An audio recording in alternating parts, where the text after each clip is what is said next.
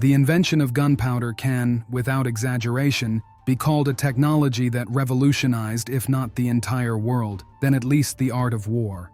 But what exactly is gunpowder? Where and when did it first appear?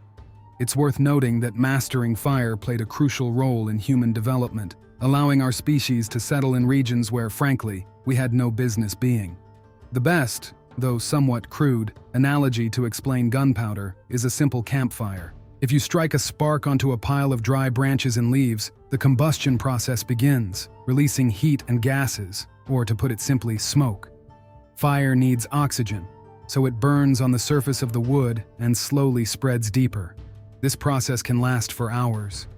But what if the branches themselves contained the oxygen needed for combustion?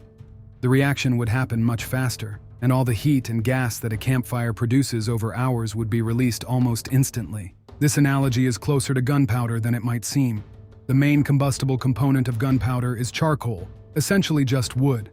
Sulfur, with its low ignition temperature, acts as a kind of fire starter. The key difference from a regular fire lies in the third component, saltpeter. When heated, it releases oxygen, making combustion almost instantaneous. But where did this incredibly flammable substance originate? An article on a well-known website once claimed that China couldn't be the birthplace of gunpowder because, out of the 3 key ingredients, only wood was available there. This claim spread across multiple sites, and the funniest part? The article cited saltpeter deposits in Ceylon, supposedly absent in China. The irony is, there are no actual saltpeter deposits in Ceylon. What exists there are saltpeter-rich soils. In essence, saltpeter is simply a byproduct of bacteria breaking down organic matter. Medieval saltpeter production was basically just giant piles of organic waste. In Europe, for a long time, people even scraped saltpeter off the walls of barns and other waste accumulation sites.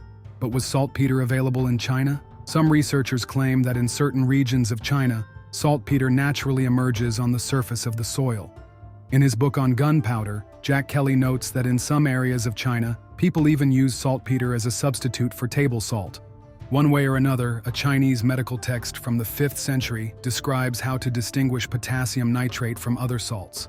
By the Tang dynasty, which began in the 7th century, alchemical texts already contained methods for producing saltpeter. According to Jack Kelly's book, by at least the 11th century, the Chinese were deliberately collecting organic waste in special heaps to produce saltpeter. By the mid-13th century, Arabs referred to saltpeter as Chinese snow. And what about the other component supposedly absent in China, sulfur? Without diving into unnecessary details, let's just say that people knew how to extract sulfur by heating sulfide ores since ancient times. Today, China is the world's largest producer of sulfur. Historical texts confirm that natural sulfur deposits existed within the country. But did gunpowder really originate in China? And if so, why there? Interestingly, the foundation for the invention of gunpowder was unknowingly laid by Laozi. Curious minds experimenting with various substances have existed throughout history. However, such experiments often clashed with Christian ideology, drawing not just disapproval from the church but also general societal suspicion. And let's be honest, if you start mixing and igniting random substances in a remote village, even today, people might look at you funny.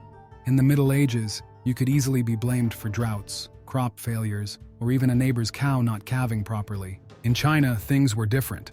Alchemy was integrated into Taoist philosophy, and the search for the elixir of immortality wasn't just tolerated, it was encouraged by the state.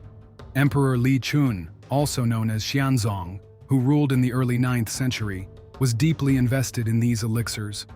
However, his obsession with potions, some of which contained lead and mercury, reportedly led to either poisoning and death or outright madness.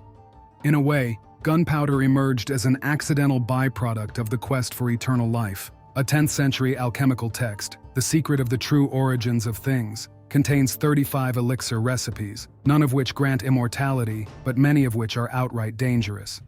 The most hazardous formula listed includes sulfur, saltpeter, and dried honey.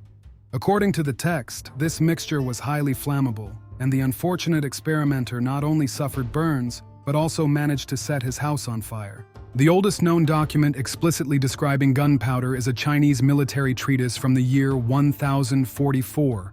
To put that in perspective, at that time in Kievan Rus, Yaroslav the Wise was dealing with conflicts involving the Pechenegs. Meanwhile, in Europe, the Normans were causing chaos. A couple of decades later, in 1066, they would conquer England and establish their dynasty. By the early 12th century, the first mentions of Chinese gunpowder weapons, fire lances, begin to appear.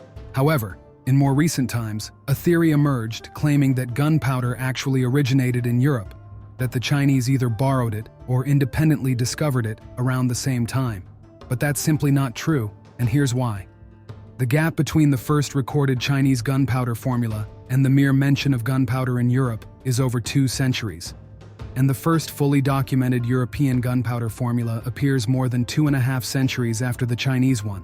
Early European gunpowder recipes included ammonium chloride and arsenic, substances the Chinese had experimented with, but which do nothing to improve the mixture's effectiveness. Researchers believe that the way gunpowder spread in Europe also suggests that Europeans received a fully developed formula, refined over centuries in the East. Around the same time that gunpowder was first being mentioned in Europe, the Arabs had already mastered Chinese fire lances.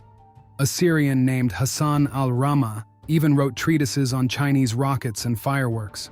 And by the early 13th century, when Europe was still more than 30 years away from its first recorded mentions of gunpowder, the Chinese were already using iron fragmentation bombs to fight off Mongol invasions. But that's a whole other story.